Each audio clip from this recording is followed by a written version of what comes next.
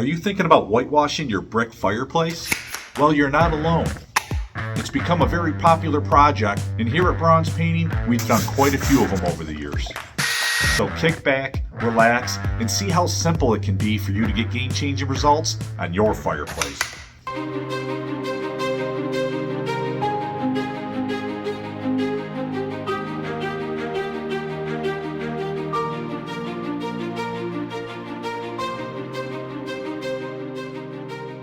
Hey guys, Steve Braun here. Thank you so much for watching this latest installment of the Paint Trainer series on Braun's Painting Network. The most popular video we've done so far on this channel is one we did a while back about whitewashing your brick fireplace. In that particular video, we shared some creative ideas we have for executing this type of project, specifically the option or the ability to incorporate some patterns into the whitewashing project. For example, you can utilize more than one color, or you can stagger different levels of opacity within the project and organize them in a certain pattern so that you can get this very kind of creative, cool look. It adds a little bit of depth and interest to a project like this. That being said, it is a little bit more complicated and a little bit more time consuming to execute a project like that. So for this video, we just wanted to demonstrate how simple and quick it can be if you just want one uniform whitewash finish on a brick fireplace.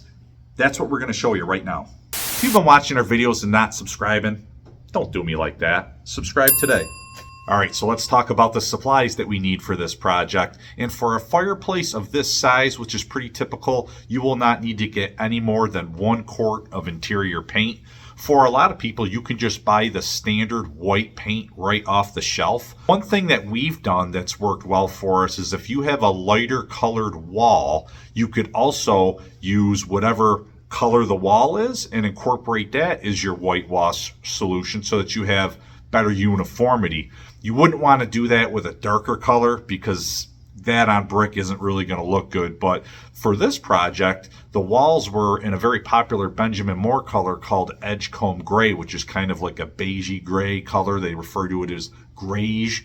And it's very neutral, it's relatively light, and in this case, when you put it on something like red brick, it actually kind of looks white, but it's not a stark, bright white that I think might have been maybe a little too much in a room like this, where there was some leather furniture and some wood floors and some wood trim. So we chose to simply cut the solution with an actual quart of Edgecomb Gray paint.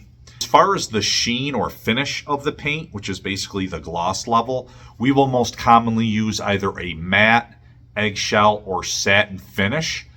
We typically stay away from the flat paints just because that is the least durable and softest paint. So considering we're already cutting it down with water, I suspect that that will hold up not as well over the long term versus some of those other sheens. We also don't want to use like a semi-gloss or a gloss paint because even though we are cutting it down, I just don't like the possibility of there being some glossy or flashing spots on the finish. And you're going to want to get a relatively small paintbrush. I would suggest either a 2 or a 2.5 inch brush, definitely no bigger than a 3-inch brush, because even though it's a pretty simple paint job, you have to do a lot of back and forth motion on a substrate like brick, and the brush can definitely get heavy if you're using a really big brush. And also you want to have a little bit more of an easily controlled brush, a smaller brush, so that you can more easily cut into the edges around the perimeter of the brick.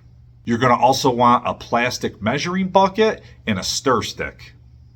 And be sure to have plenty of rags available to help keep the project neat and orderly, and also plenty of job site protection materials. Lightweight plastic and painter's tape are absolutely essential, and I highly recommend having some combination of contractor paper and at least one drop cloth, and I always love having cardboard shields on hand for any painting project. All right, now let's take a look at how we protected the job site from paint splatter and project dust. If you're not going to remove your furniture from the work area, then you must cover it with lightweight painter's plastic. It is very easy for this watered down paint that we use in the whitewash solution to splatter and go all over the place. So please, especially if you have fabric or leather furniture, make sure it is 100% covered with the plastic. You've cut it long enough so that it goes all the way down to the floor and that we didn't create any holes in the plastic where the paint can still get on the furniture. We like to cover the floors with a combination of heavy rosin paper, lighter weight masking paper, and even cardboard shields to fill in some of the gaps. And of course, we love to use our canvas drop cloths to cover wider, large areas. We like to cover the fireplace glass and insert with plastic and painter's tape. Just make sure if it's a gas fireplace that the pilot light is turned off, because the glass will still be warm even when it's turned off, and you can actually melt plastic onto the glass. Big no-no. This project, the hearth was not being painted, so we went ahead and covered that up as well with heavy-duty paper. We used painter's tape to cover up all the shoe molding and anything else not being painted that we needed to cut up against with our brush. Some great news is that the surface preparation process for a project like this is actually very simple. We just want to go through with a stiff bristled brush and scrub away any of the loose surface dust and sediment off the face of the brick to allow for really good absorption of the whitewash solution. If you have a varnished wood mantle above your fireplace like we had and you want to paint it, then you just want to go ahead and clean it up really well with something like Crud Cutter, and then you can give it a real light scuff sanding with either a sandblock or a piece of sandpaper and just wipe away that residual dust. And then we recommend using something like Zinsser Smart Prime as your first coat before applying your finished coats of paint. All right, so let's talk about the mixing ratios of paint and water for your whitewash solution. If you're just going to do one uniform coat like we did on this project, then I highly recommend the 1-to-1 ratio. That is 1 part water to 1 part paint, and just making sure that you stir it up really well at the beginning and then as the project goes along. Of course, if you're not sure what level of opacity or transparency you want in your project, then just do some test work in an inconspicuous area on the fireplace, or you can always go get some sample bricks from the store and play around with it to make sure that you get the look that you want. What I will say is that it's always easier to add more opacity or more opaqueness, is that a word? To your project than to take it away. Now, if you make a mistake and you feel like you put on too much, you could do a little bit of spot sanding work and pull some of it back, but you really would not want to have to get into that. So start with the 1-to-1, or if you think you might really want it to look super rustic and super transparent, then start with something like a 1-to-2 ratio or 1-to-3 ratio. So that would be 1 part paint to 2 or 3 parts water. And then from there, if you put it on and you decide after you see it that you want to have it darker or more opaque, then you could just go back and recoat the whole thing. That's definitely the safest way to go about it. It's a lot easier to add than to take away. Just know that if you are doing some test work, allow it to absorb for about 30 minutes. Don't judge the level of transparency in the first few minutes, because it does take a while for the whitewash solution to absorb into the brick. It's really important to use these measuring cups for consistency on the project. You can see what we did here is we first filled it up with 16 ounces of paint, and then we added water until we got up to 32 ounces of paint. So that's where we had the 1-to-1 ratio.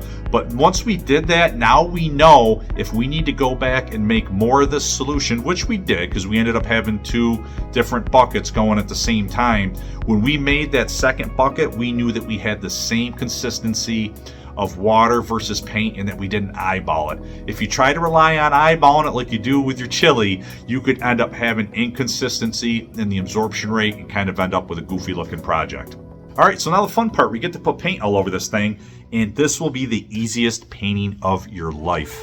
You literally just slap on the paint with the brush. The brick is very porous, and in some cases like this, it's very rigid, so you'll need to move the brush back and forth often to fill all those crevices. I recommend completely coating all of the brick in the whitewash solution and allowing the natural variations in the brick color and porosity to do all the work. However, beauty is in the eye of the beholder. So if you want to see more substantial brick color showing through, like a very distressed look, then by all means you can dry brush the brick a little bit more and allow some of that reddish orange color to show through. As you're applying the whitewash solution, just keep your eye out for any runs and drips and just wipe them away with a rag.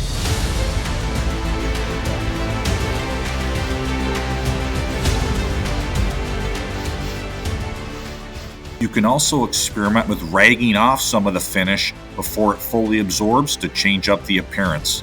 Play around and find what works for you.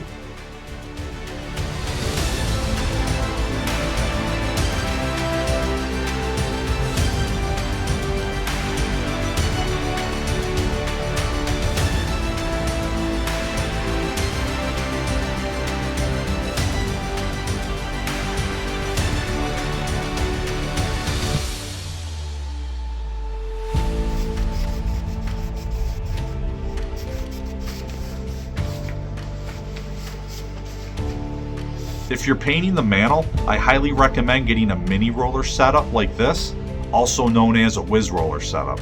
So here you see us painting the mantel after we already did the whitewash work on the brick, which that does go against what typical order of operations would be on a painting project, where you would want to work top, then down, because of the risk of paint splatter falling from up above down onto the work that you already did. However, in this case, we weren't sure exactly how we were going to proceed with the mantel or what color we were going to use. The customer wanted to see the brick whitewashed before they made final decisions on that. And as a professional painter, I was very confident in our ability to not make a mess of the brick below. So for this project, the client was unsure how they wanted to proceed with the concrete hearth until after they saw the mantel painted and the brick whitewashed. So that wasn't a part of our scope of work to do anything with the hearth.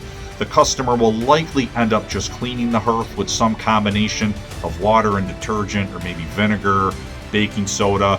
There are options to use more aggressive cleaners like OxyClean, things of that nature. Now, if you were to whitewash the hearth, then I would recommend cleaning it, but you don't have to get it completely clean, because the whitewash is going to dilute and drown out a lot of those stains. And if you end up painting the hearth solid color, which you could do, it will obviously hide all of those blemishes anyway.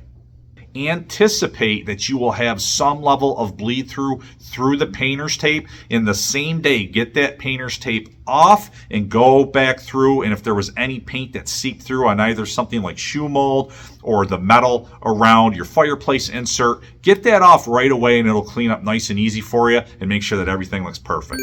So the brick looks awesome, and that was so simple and easy, a very easy preparation process, and we only had to make up one type of solution and apply one uniform coat to get this great result. If you want to see what we've done on some other projects where we utilized patterns, then check out this video here where we explain that process in depth, or check out this video if you want to see how we whitewashed this big, difficult to reach stone fireplace. All right, so let's take a look at how this turned out. Drum roll, please. Look at how beautiful that looks. And we'll see what the customer decides on the concrete hearth. Hey, what do you think they should do? Should they just clean it? Should they whitewash it? Should they paint it? Let us know your thoughts in the comments. And if you found this demo helpful, then please help Braun's Painting Network grow and subscribe to our channel today.